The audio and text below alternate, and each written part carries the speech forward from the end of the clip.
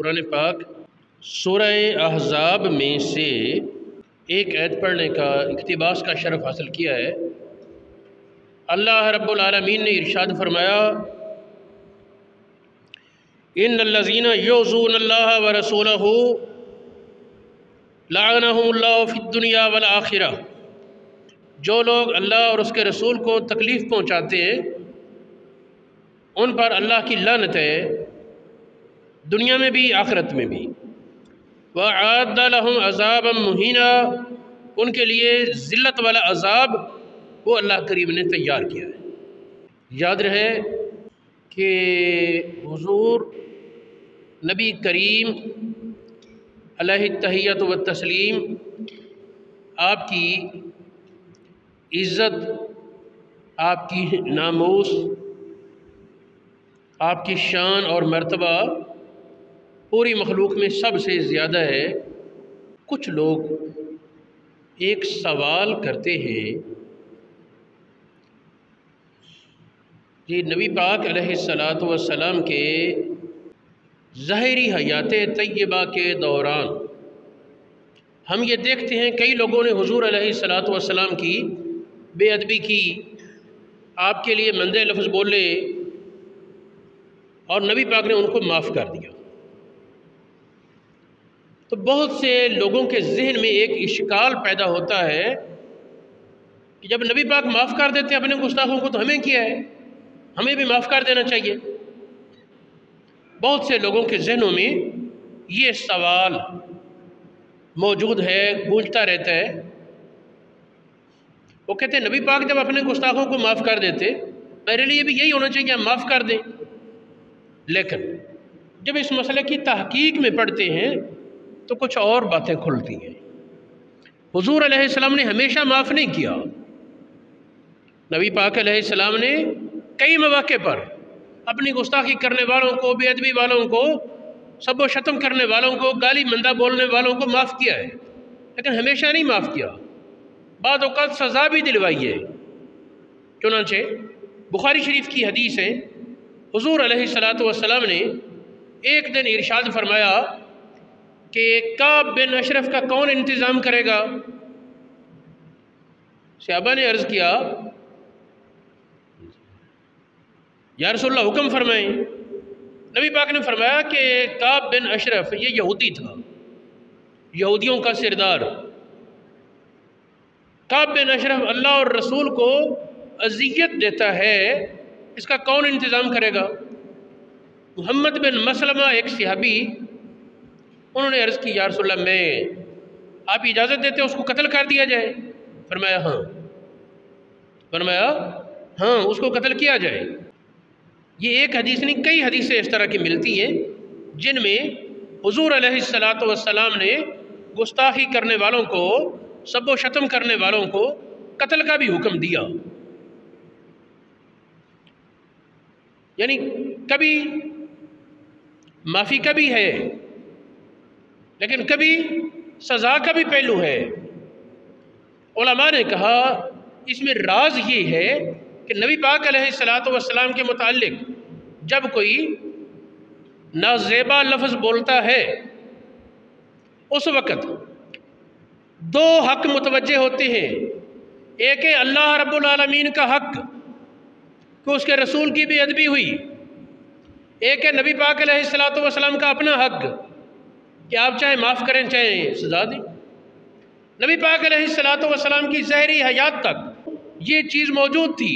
اللہ رب العالمین کا حق بھی وہ حضور علیہ السلام جب معاف کر دیتے اللہ پاک بھی معاف کر دیتا۔ اب حضور علیہ السلام کے وصال کے بعد ہمیں یہ ادراک تو ہوگا نہیں کہ اس مجرم کو اللہ پاک نے معاف کیا ہے یا نہیں۔ یہ پتہ ہے کہ رسول اللہ صلی اللہ علیہ وآلہ وسلم آپ کی اس نے بے ادبی کی اور آپ کی طرف سے اب معافی نہیں، اور امت کو معاف کرنے کے اختیار نہیں، امت کو معاف کرنے کے اختیار نہیں۔ اس کو سادہ سی مثال کے ساتھ سمجھیں، کسی کے بارے الزام تراشی ہو جس کی عزت مجروح ہو، وہ خود معاف کر سکتا ہے، لیکن کوئی اور کہے میں معاف کرتا ہوں اس کو، بھئی مثال کے طور پر اگر مجھے کوئی گالی دے، میں چپ بیٹھا رہوں، کوئی دوسرا آدمی کھڑا ہو جائے جی میں معاف کرتا ہوں، یہ تو کوئی بات نہیں. یہ ایک مثال دی ہے. جس کو گالی دی گئی وہ خود معاف کرے تو کرے، وہ نہیں معاف کرتا تو دوسرے کو حق نہیں. اور حضور علیہ السلام کو گالی دینا اس کی سزا قتل ہے. حضور علیہ السلام کی حیات طیبہ میں مدینہ شریف میں ایک عورت، اصل مسئلے میں اہل کتاب کی عورتوں سے نکاح کی اجازت تھی. ایک عورت مسلمان کی بیوی یہودی وہ نبی پاک کے بارے میں غلط الفاظ بول جاتی. اس کی اولاد موجود تھی، جو اولاد کا باپ تھا وہ نابینا تھا، نابینا. تو ایک دن یہ ہوا کہ اس نے نبی پاک کی رات کو کوئی بے ادبی کی. اس کے شوہر کے ہاتھ میں خنجر آیا اور وہ اس نے قتل کر دیا بیوی کو. اس کے بعد اب کسی کو نہ خود بتایا نہ کسی کو پتا. صبح لاش پڑی ملی گھر میں، شور پڑ گیا. اب حضور علیہ السلام مدینہ شریف میں موجود، ایک عورت قتل ہو گئی، قاتل کا پتہ نہیں. ملک میں کوئی بھی قتل ہو تو حاکم سے سوال تو ہوگا نا کہ تیرے ملک میں یہ ظلم ہوا ہے، کون ظالم ہے بتا، اس کا بدلہ چاہیے. حضور علیہ السلام کی بارگاہ میں مقدمہ پیش ہوا، یا رسول اللہ اس طرح عورت قتل ہوگی، پتہ نہیں چلتا کس نے مارا. آقا کریم علیہ السلام نے حکم دیا، شہر کے لوگ اکٹھے ہوئے. نبی پاک علیہ السلام نے پہلے ایک بار فرمایا کہ جس کسی کو پتہ ہے اس عورت کو کس نے قتل کیا ہے کھڑا ہو جائے. کوئی نہ بولا. دوسری بار پھر نہ بولا. تیسری بار نبی پاک علیہ السلام نے فرمایا کہ جس کسی جو سننے والا جس کو پتہ ہے اس پر اس کو میرے حق کی قسم، اگر محمد کا کوئی حق سمجھتا ہے تو میرے حق کی قسم کھڑا ہو جائے اور بتائے کہ اس نے قتل کیا، جس کو خود قتل کیا ہے یا جس کو پتہ ہے وہ یہ راز افشا کرے میرے حق کی قسم. اب کھڑے ہو گئے. نابینا آدمی اور کچھ لڑکھڑاتے ہیں، پتہ نہیں آپ میرے ساتھ سزا کیا کریں گے. آ گیا، یا رسول اللہ میں نے اسے قتل کیا. سارا مجمع حیران، اپنی بیوی کو قتل کر ڈالا. عرض کی یا رسول اللہ میرے ساتھ وہ بہت اچھی تھی، فرما بردار تھی، میرے 2 بیٹے اس سے موجود ہیں موتیوں جیسے بڑے پیارے، لیکن یا رسول اللہ وہ آپ کے بارے میں مندے لفظ بولتی تھی، میں نے اسے کئی بار روکا ہے، وہ باز نہیں آتی تھی. آج رات اس نے پھر آپ کے بارے کچھ نازیبا نامناسب الفاظ بولے، میں برداشت نہیں کر سکا اور میں نے اسے قتل کر دیا. اب میں حاضر ہوں، جو فیصلہ کریں. حضور علیہ السلام نے اس کو معاف کر دیا. اب اس واقعے سنانے میں ایک طرف یہ پہلو ہے کہ گستاخ کی سزا قتل ہے، لیکن 2 چیزیں اس میں اور موجود ہیں. ایک یہ کہ اگر کوئی اچانک ایسا معاملہ بنے، جذبات میں آ گیا معاملہ اس طرح، اور پھر ثبوت دینا اس کے ذمہ ہوگا. رسول اللہ تو واحد سے جانتے ہیں، اللہ پاک کی دی ہوئی علم سے جانتے ہیں یہ بندہ سچ بول رہا ہے. اور اب ہم یہ نہیں کہتے کہ ہر آدمی جس کو کسی سے لڑائی جھگڑا بہانہ بنا لے، یہ نہیں.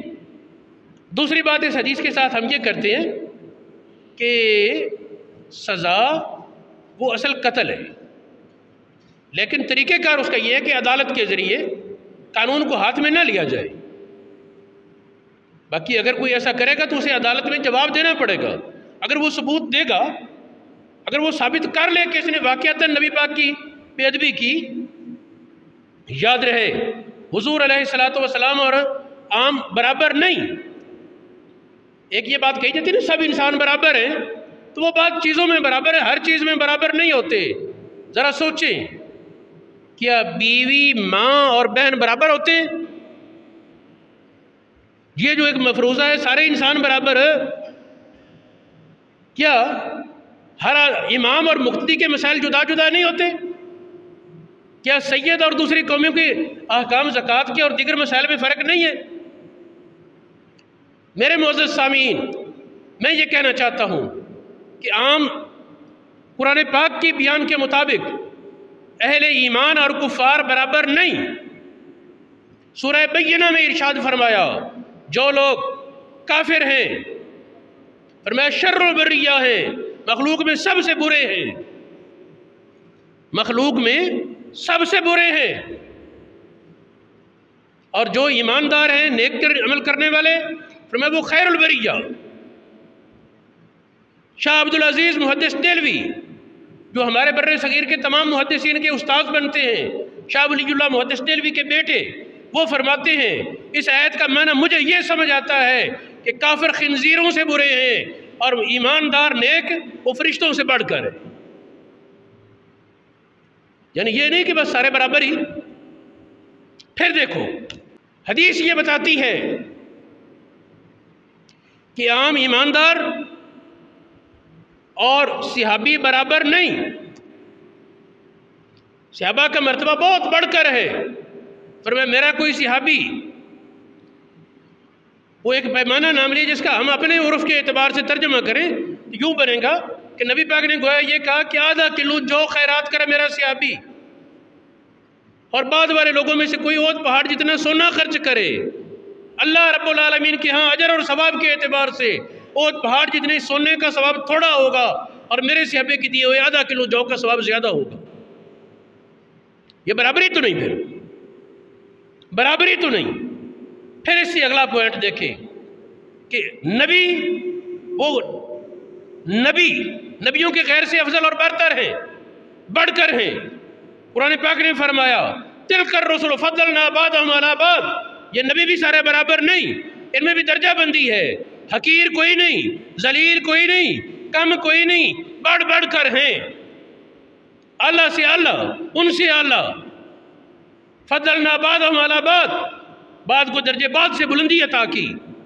منہم من کلم اللہ، بعض وہ ہیں جن کو اللہ پاک نے کلام کا شرف عطا کیا۔ ورفع بعضهم درجات، کوئی وہ ہے جس کے درجے سب سے اللہ اور بلند کر دیے۔ برابری تو نہیں۔ لہٰذا یہ کہنا، میں یہ کہتا ہوں کہ حضور علیہ السلام کی عزت اور اپنی عزت کو برابر نہ سمجھیں۔ کئی ایسے لوگ جو کہتے ہیں نہیں جی برداشت، ہمت ہونی چاہیے، لیکن یہی لوگ برداشت کا سبق دینے والے، ان کو باپ کی گالی دیں، ماں کی گالی دیں، غصہ کر جاتے ہیں، چہرے کا رنگ بدل جاتا ہے، گردن کی رگیں پھول جاتی ہیں، کہتی ہیں جی یہ ہماری توہین ہو گئی۔ یارو کوئی باپ ہو، کوئی ماں ہو، کوئی عزیز ہو، کوئی رشتہ دار ہو، کسی کا پیر ہو، کسی کا استاذ ہو، کسی کا سیاسی رہنما ہو، کائنات بھر کے سارے عزتوں والوں کی عزت رسول اللہ صلی اللہ علیہ وآلہ وسلم کی جوتی کی نوک پر۔ کسے کے خاکے درش نیست خاک بر سرے ہو، جو نبی پاک صلی اللہ علیہ وسلم کے مقدس دروازے کی مٹی بننے میں اپنی عزت نہیں سمجھتا، وہ ذلیل اور خوار ہو جاتا ہے، اس کو کائنات میں کہیں عزت نہیں ملتی۔ قرآن پاک کہتا ہے للہ العزت ولرسولہ وللمؤمنین، عزت تو اللہ پاک کے لیے ہے، اللہ کے رسول کے لیے ہے، ایمانداروں کے لیے ہے۔ اور جب ایماندار اس نعمت کی قدر نہ جانتے ہوئے، ایمان کی دولت کو سمجھتے نہ ہوئے، غیروں کے پاس بھاگیں گے عزت کو تلاش کرنے، کوئی ماسکو میں عزت ڈھونڈے گا، کوئی واشنگٹن میں عزت ڈھونڈے گا، عزت وہاں سے نہیں ملتی، عزت ملے گی تو محمد عربی صلی اللہ علیہ وسلم کے دروازے سے۔ عزت یہیں سے اللہ رب العالمین کے لیے، وہ مکان سے بلند اور پاک ہے، لیکن مخلوق کے لیے محور، اپنا رحمت کا مرکز محمد الرسول اللہ کی ذات کو بنایا۔ حضور علیہ السلام کی طرف توجہ، اللہ رب العالمین کی طرف توجہ ہے۔ نبی پاک علیہ السلام بیت المقدس کی طرف منہ کر کے نماز پڑھا، اس وقت اگر کوئی بیت المقدس کی طرف منہ نہ کرتا نماز نہ ہوتی۔ نبی پاک نے چہرہ پھیر لیا خانہ کعبہ کی طرف، اب کوئی کعبہ کی طرف منہ نہ کرے نماز نہیں، پتہ یہ چلا کہ اطاعت رسول اصل ہے، نبی پاک صلی اللہ علیہ وسلم کی اطاعت۔ ہاں تو میں بات یہ کر رہا ہوں، جس طرف توجہ دلانا آج مقصود ہے کہ نبی کریم علیہ السلام کی عزت جس طرح ظاہری حیات میں لازم تھی، اسی طرح نبی پاک کے وصال کے بعد بھی لازم ہے حضور علیہ الصلوۃ والسلام کے، نبی پاک تو نبی پاک ہے نا، عام ایماندار کے بارے حکم دیا، عام مسلمان کے بارے حکم دیا، فرمایا کہ زندہ مردہ کی ہڈی توڑنا ایسے جیسے زندہ کی ہڈی توڑی جائے۔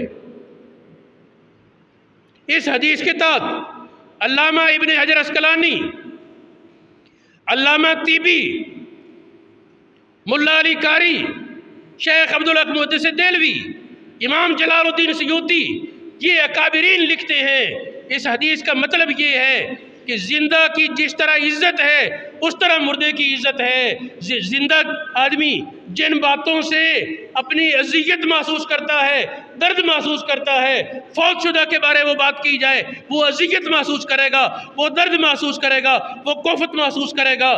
زندہ کو جس بات سے کوفت ہوتی ہے مردے کو اس بات سے کوفت ہوگی، زندہ کو جس بات سے خوشی ہوتی ہے فوت شدہ کو اس بات سے خوشی ہوگی۔ یہ حدیث عام ہے، یہ قانون عام ہے۔ اب سید المرسلین امام الانبیاء صلی اللہ علیہ وآلہ وسلم کے بارے میں حضور علیہ السلام آپ کو خوش کرنے والا کام کیا جائے، آپ کو راضی کرنے والا کام کیا جائے، اس میں نبی پاک راضی ہوں گے، اور نبی پاک کی رضا میں اللہ پاک کی رضا مضمر ہے۔ اور حضور علیہ السلام کو تکلیف دینے والا کام کیا جائے، نبی پاک کو کوفت دینے والا کام کیا جائے، تو ظاہری حیات میں اگر کرتے نبی پاک کو کوفت ہوتی، اب بھی اس سے کوفت ہوگی، اور پھر اللہ رب العالمین کی ناراضگی کا سبب حضور علیہ السلام نے ارشاد فرمایا میری وفات کے بعد میری امت کے اعمال مجھ پر پیش کیے جایا کریں گے وقتاً فوقتاً، ایک ایک امتی کا عمل رسول اللہ کی بارگاہ میں پیش ہوتا ہے، عرض کیا جاتا ہے کہ یہ فلاں علاقے میں رہنے والا فلاں کا بیٹا فلاں اس نے آج یہ نیکیاں کی، یہ گناہ کیے، ایک ایک آدمی کے بارے میں نبی پاک کی بارگاہ میں پیش کیا جاتا ہے معاملہ وقتاً فوقتاً۔ بعض حدیثوں میں سمجھ جاتا ہے صبح و شام، بعض میں سمجھ جاتا ہے ہفتے میں ایک بار، جو بھی ہو نبی پاک کی بارگاہ میں پیش ہوتا ہے۔ آپ فرماتے ہیں اگر میں امتی کی نیکی دیکھتا ہوں اللہ کا شکر ادا کرتا ہوں، خوش ہوتا ہوں، اگر امتی کے گناہ دیکھتا ہوں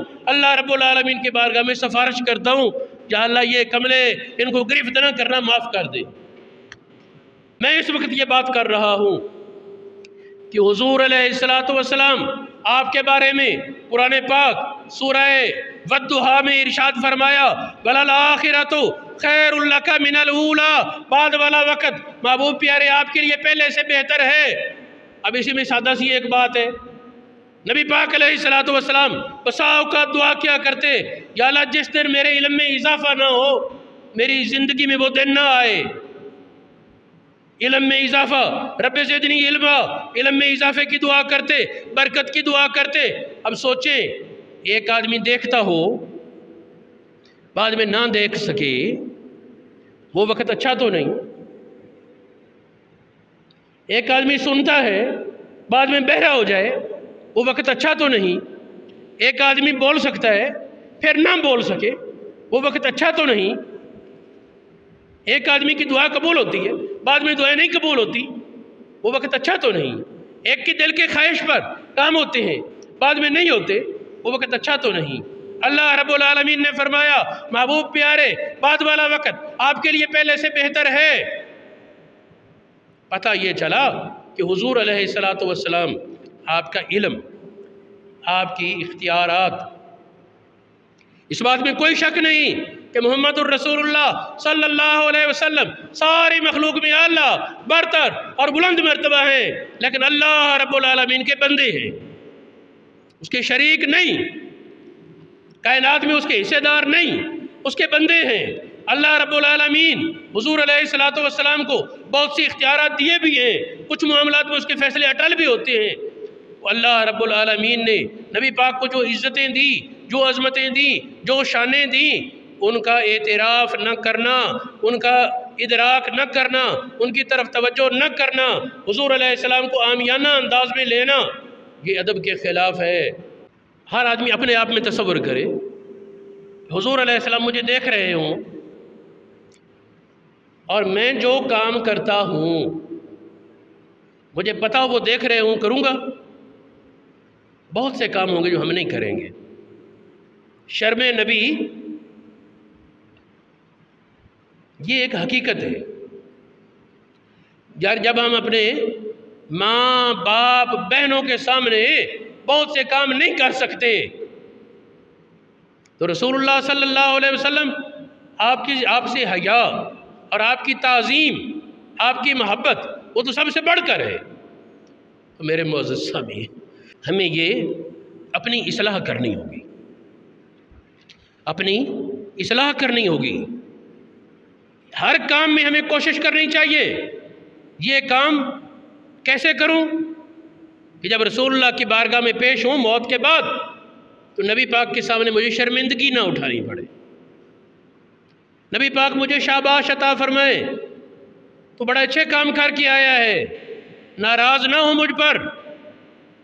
حضور علیہ الصلوۃ والسلام نے ارشاد فرمایا اپنے ماں باپ کے ساتھ بھلائی میں سے ہے کہ ان کے فوت ہونے کے بعد ان تعلقات کو نبھایا جائے جو ماں باپ کی وجہ سے ہیں. ماں کے ساتھ بھلائی میں سے ہے اپنے ماموں سے تعلق نبھانا، خالہ سے تعلق نبھانا، یا ماں کی سہیلیوں ان کے تعلق والوں سے تعلق نبھانا. باپ کے ساتھ بھلائی میں سے اپنے بھائیوں سے، بہنوں سے، اپنے چچا سے، تایا سے، پھوپھیوں سے تعلق بنانا اور نبھانا، یہ باپ کے ساتھ بھلائی میں سے ہے. یہ حدیث صحیح اپنی جگہ. میں اس سے ایک اور استدلال کرنے لگا ہوں کہ امتی اور نبی کا تعلق، امتی اور نبی کا تعلق وہ ماں باپ کے تعلق سے بڑھ کر ہے. قرآن پاک نے مثال کے طور پر ارشاد فرمایا ازواجہ امہاتکم، نبی پاک کی بیویاں تمہاری مائیں ہیں، نبی کی بیویاں تمہاری مائیں ہیں. نبی پاک باپ کی طرح ہوئے، باپ نہیں کہہ سکتے، باپ کی طرح ہوئے. اب سوچیں باپ کے ساتھ بھلائی میں سے، باپ کی وجہ سے جو رشتے ہیں ان سے بھلائی ہے، اور نبی کی وجہ سے، نبی کی وجہ سے جو رشتے ہیں، پوری امت مسلمہ، کوئی مشرق میں رہنے والا ہے، مغرب میں رہنے والا ہے، گورے رنگ کا ہے یا کالے رنگ کا، باریک ہونٹ والا ہے یا موٹے ہونٹ والا، اونچے ناک والا ہے یا پست ناک والا، کسی حلیے کا ہے، جو کوئی کلمہ گو ہے. علامہ اقبال نے کہا تھا نا دل با محبوب حجازی بستائیم، ہم نے محبوب حجازی محمد الرسول اللہ صلی اللہ علیہ وسلم کے ساتھ اپنے دل کو وابستہ کر لیا ہے. زاں سببا یک دیگر پیوستہ ایم، اس تعلق کی وجہ سے ہمارا ایک دوسرے سے تعلق ہے، اس تعلق کی وجہ سے ہم ایک دوسرے سے تعلق رکھتے ہیں. ورنہ ظلم ہو بنگال میں، ظلم ہو کشمیر میں، ظلم ہو عراق میں، ظلم ہو افغانستان میں، ظلم ہو امریکہ کے، ظلم ہو بوسنیا میں، فلسطین میں، کسی علاقے میں، پوری دنیا کے مسلمان طلب محسوس کرتے ہیں. اور جو یہ کوفت نہیں محسوس کرتا وہ سوچے کہ نبی پاک سے تعلق کمزور ہو گیا. جو امت مسلمہ کے درد کو اپنا درد محسوس نہیں کرتا وہ پھر یہ سوچے کہ اس کے نبی پاک سے تعلق میں کمزوری ہے. نبی پاک نے فرمایا امت مسلمہ کی مثال ایک جسم کی ہے، پاؤں میں کانٹا چبھے، پاؤں میں کانٹا چبھے، آنکھ سے آنسو آتے ہیں، زبان واویلا کرتی ہے، سو نہیں سکتا، بخار ہو جاتا ہے. اب کوئی پوچھے زبان سے تمہیں کیا تکلیف ہے؟ کانٹا تو پاؤں میں چبھا ہے. کوئی کہے آنکھ سے تو کیوں روتی ہے؟ کانٹا تو پاؤں میں چبھا ہے. کوئی جسم سے پوچھے تجھے کیوں بخار ہو گیا ہے؟ کانٹا تو پاؤں میں چبھا ہے. تو اسے سمجھانا چاہیے کہ ایک ہے. حضور علیہ السلام یہ چاہتے ہیں میری امت ایک وحدت میں ہو. آج کے دور میں افراتفری، فتنہ پروری، کچھ سازشیں، کچھ اپنوں کی لاپرواہیاں اور بہت سارا اغیار کی سازشیں جو اپنے سمجھ نہیں رہے. جس طرح کہتے ہیں نا ادھر کہا کہ چور لگا کھلا تو ادھر آکھا شابہ چوری کر. چوروں کو بھی کہہ دیا، سادوں کو بھی کہہ دیا. اب حالت یہ ہے کہ کچھ ایسے سازشی عناصر غیر شعوری طور پر ملت پاکستان کا شہرازہ بکھیرنے پر تلے ہوئے ہیں، درہم برہم کر رہے ہیں، اور کچھ ہمارے جو کرتا دھرتا لوگ ہیں، میں ان میں سے کسی کو بھی ملک کا دشمن نہیں کہتا، میں کسی کو بھی یہ نہیں کہتا وہ غدار ہے، میں یہ کہتا ہوں کہ انہیں سمجھ نہیں آ رہی۔